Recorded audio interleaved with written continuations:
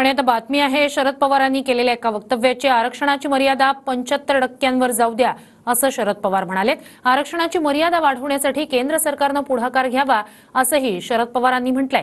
तर आधी मराठा समाज ओबीसी आरक्षणात आला पाहिजे असं मनोज जरांगे म्हणाले।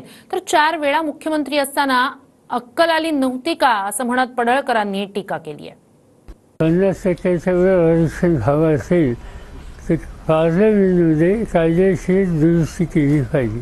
आता 50%पर्यंत आरक्षण आहे, जाऊया 75%पर्यंत। केंद्र सरकारने पुढाकार घ्यावा, पार्लमेंटमध्ये दुरुस्ती आणावी। आम्ही सगळे लोक जे काही आमचे सभासद असतील, आम्ही त्यांच्या बाजूने मतदान करू, त्यांना साथ देऊ। अगोदर तुम्ही आम्हाला 50%च्या आत घाला, 27% आरक्षण। तुम्ही 75% ने 150% वाढवा, आम्हाला काही देणं घेणं नाही। तुम्ही अगोदर मराठ्यांना 50% आरक्षणात, ओबीसी आरक्षणात 27%च्या आत घाला आणि नंतर तुम्हाला काय करायचं ते करा।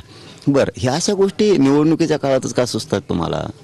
13 महिने झाला आम्ही बोलतोय ना, परेशान झालाय समाज। मग आता निवडणुकीच्या तोंडावर काहीतरी फुल दाखवायची की मर्यादा वाढवा, अमकं करा तमकं करा, म्हणजे पुन्हा मराठ्यांची फसवणूकच। मराठा समाज आरक्षण 1980 पासून मागत होता, तुम्ही त्यानंतर 4 वेळा मुख्यमंत्री होता, मग तुम्हाला ही तेव्हा अक्कल आली नव्हती का की हे 75%पर्यंत आरक्षणाची मर्यादा वाढवली पाहिजे? म्हणजे ह्यांना केंद्राकडे परत टोलवायचं आहे।